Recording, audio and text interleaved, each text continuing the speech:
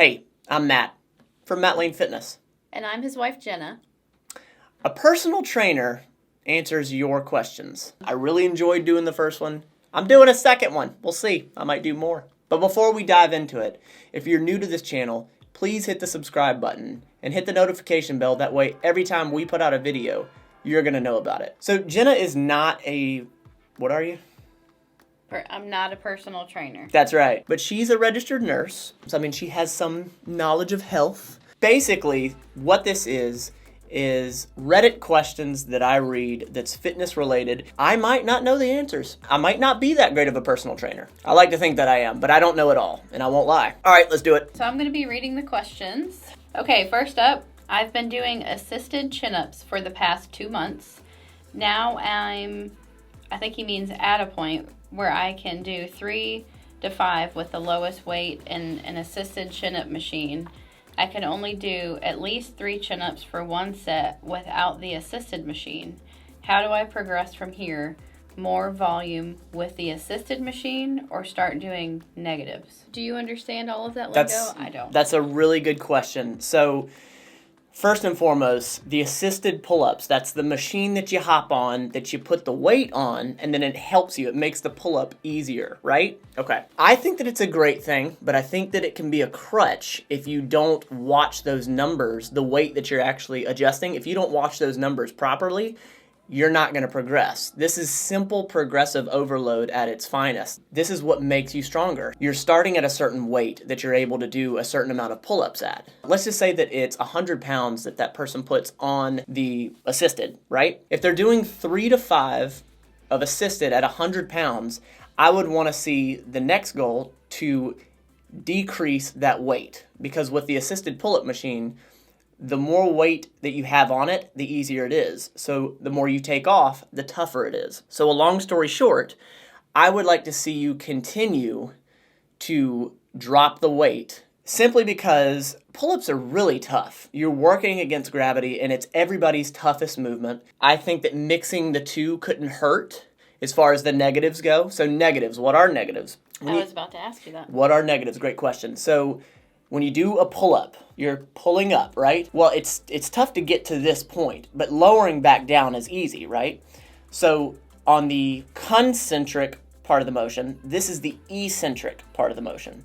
So on the eccentric, you want to slowly lower yourself down rather than just dropping down. That causes a little bit more muscle breakdown and work. So yes, on the negatives, but I would say just work on the volume, like you said, with the assisted machine. Okay, question number 2. Does anyone have an idea how to deadlift in a place where there's no soft area?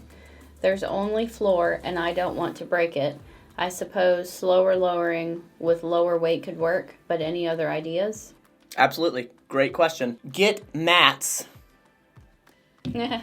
Get the mats that are there at the gym. The yoga mats. Roll them up, put them underneath the weights, and then you can drop them. Next one. All right, question number 3. If you lost a night's sleep, is it worth working out that day? I don't want to skip a workout, but at the same time, I feel so strung out, tired, that I don't even know if it's worth it. It might even be counterproductive. Sleep. It's something that a lot of people ignore. It's something that I didn't pay attention to for a long time. Sleep is critical. Sleep is when you grow. Sleep is when you repair. Having said that, I think it's truly dependent upon what have you been doing up until that point where you feel like crap.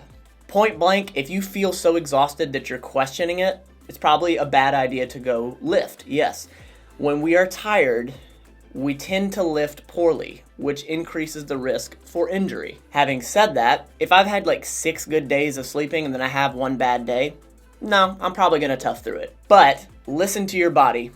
You know. Ultimately, you know. Trust your gut. Next. I can't help but feel like I'm hurting my back/spine when doing bent over rows with dumbbells, even though I keep a straight back. Is there perhaps a bench-supported viable option that would relieve some stress off of my lower back? Absolutely. Good question. The first question that I'm going to ask is, how strong is your lower back? I'll ask a second question. How often do you stretch your lower back? And then I'll answer your question. Is there another option? Yes, absolutely. For me, whenever I'm doing a barbell bent over row, I'll take a bench and then raise it way up.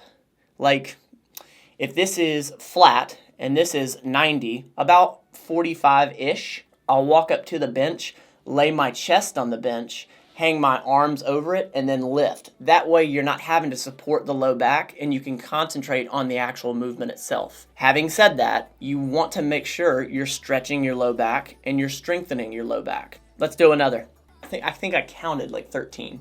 Thanks, Holden, by the way. Appreciate it, bro. I need advice in choosing a fitness plan. For my fitness goals, I would like to lose weight, lose fat, and gain some muscle. I currently am scheduled for a 10K race this October. I'm currently debating if I should do 3 runs a week or 4 runs a week training schedule with the 3 or 2 days left for either weight training or some type of body weight exercise program. I have done both weight training and body weight training in the past. I'm just not sure which would be better suited for my goals. What do you think? There's a lot to unpack there. I'm going to take this one... Complicated question. I'm going to take this one step by step. This is numerous questions at once. So hit me with the very first question of it. So this person's goal is to lose weight, lose fat, and gain muscle. Okay. In high school, I wrestled. To cut weight, I literally spit 2 pounds off in one day. Less than 12 hours. I spit 2 pounds off. So when you say weight, I think what you truly mean is fat. So if you're trying to lose fat, what you need to do is set your body up for a caloric deficit. That is the ultimate way to lose fat or weight. Next part of that question. They're scheduled for a 10K. Okay. And they're not sure if they should do 3 runs a week or 4 runs a week, and then in the remaining days do weight training or body weight exercise. You're scheduled for a 10K. I'm going to assume that this might be one of your first 10Ks because you're asking this question. If running is the most important thing here, I would not be worrying about the strength. Now, you'll never hear me say that ever again because I believe that strength training is unbelievably important. But your recovery is the most important because right now you're working on aerobic stuff here. So I would stick with body weight for now, and then I would focus on the running. I would do 4 days of running. Make the running the priority. That seems like a lot of days of running. It's a lot of running, but if this person is really out of shape, they don't have cardiovascular endurance, then they need to focus on the running. Next question. How important, actually, is breathing when doing abs exercises for aesthetics? Wondering this because I saw an athlete video that said abs looks bloated when you don't breathe correctly. Athlete X, I'm thinking this person means. Whatever they were trying to say. Yeah, so there's a guy named Athlete X, and he has an incredible channel. So, yeah, there is this... Is the breathing going to lead specifically to you getting the V taper? I don't believe so. It also depends on what body type you have. Ultimately, what really matters is, are you in a caloric deficit? If you're worried about your abdomen or your core or getting shredded, it's all about losing fat, and that is a caloric deficit. Speaking of caloric deficits, if I'm in a caloric deficit, since I won't be gaining muscle, are the cons of training each muscle once a week as opposed to twice a week? What? If I'm in a caloric deficit, since I won't be gaining muscles, are the cons of training each muscle once a week as opposed to twice? Basically what they're saying is, which is better, training your muscles once a week or twice a week?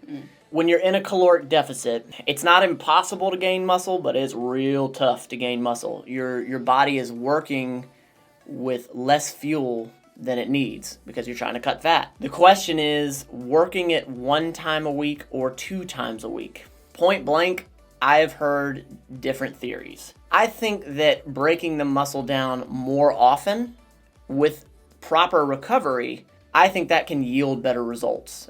Ultimately, more sessions gives you the opportunity for more volume for that muscle. Ultimately, it boils down to volume. So, long story short, I think that it would be beneficial to do 2 times a week, but you have to pay attention to your recovery, especially when you're in a caloric deficit. Ultimately, what it really matters is, are you going to stick to it? Will you work each muscle group 2 times a week? If so, fantastic. If you know you're only going to stick to 1 time a week, then I would just stay with it. Stay with it. I don't know if this is stupid, but I have 130 grams of daily protein objective. I just can't reach. Even with protein shakes, I'm cutting. All right, first of all, there are no stupid questions. It's all good. I wonder how you're basing this 130 grams of protein. Where did you come up with this number? You can't get it in. I'm wondering, how are you tracking it? My answer to you will be MyFitnessPal. What are you eating? Here's the deal. Anytime someone asks me, what protein should I get? I'm a jerk and I ask the question of, what food are you eating? Protein powder should be supplemental, not essential. Look at what you're eating. Look at the protein sources and start picking better options, because I would imagine you're not picking good options to start. So start there. Next one. Always end up feeling awful after leg days with squatting and deadlifts. I get the shakes and feel nauseated and dizzy all day afterwards. I drink plenty of water and have good intra-workout. Is this normal, common, and what can I do to fix it? It worries me that you're dizzy all day afterwards. And if you truly think you're hydrated enough, I would be a little fearful of that, honestly. If you're dizzy all day afterwards, if you have a primary care physician, I would go and see, what is your blood pressure? What's your heart rate? I don't know how old you are, but I would get a basic checkup just in case. If everything is fine, then I would look at splitting the days up. If you're doing deadlifts and squats, and I would imagine you're going heavy, I would split the days up, because maybe it's too taxing on your central nervous system. So, we think of we're working the muscles when we're doing all these movements, but you tax your central nervous system when you do all this. So it might just be a little bit too much for your CNS. All right, next question. Another one. Should I do cardio before a workout/lift or after? I usually just run a mile for my cardio. Fantastic question. Very common question. Can I guess? Please guess. I would say before, so you warm up your muscles. Trick question. Whichever one is more important to you.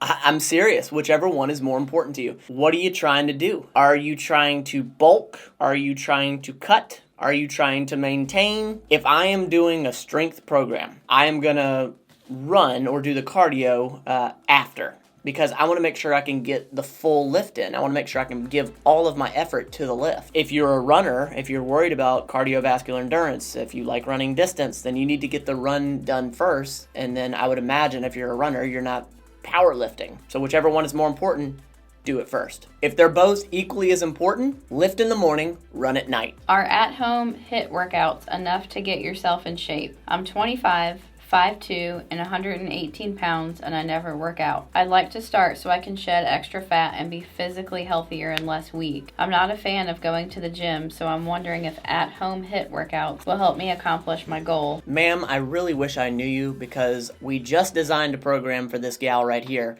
for that exact thing. You can get fit at home. Absolutely. My question would be, what is fit to you? But I think in general, if you're asking, can I get fit? Can I get lean? Can I be the body weight that I want? 1,000% yes. This one knows. She lost 45 pounds at home. That's right. That's it. That was the last question. Oh, okay. You did a good job. Did I? I knew the answers. I shouldn't be acting so surprised. I'm not really building credibility here. I really enjoy that. That's so fun to me. Like, it tests my brain. You don't care about this. Thanks for stopping by. You don't have to be perfect at this fitness question thing. Just try to be better than yesterday. Every day. We got to do this again.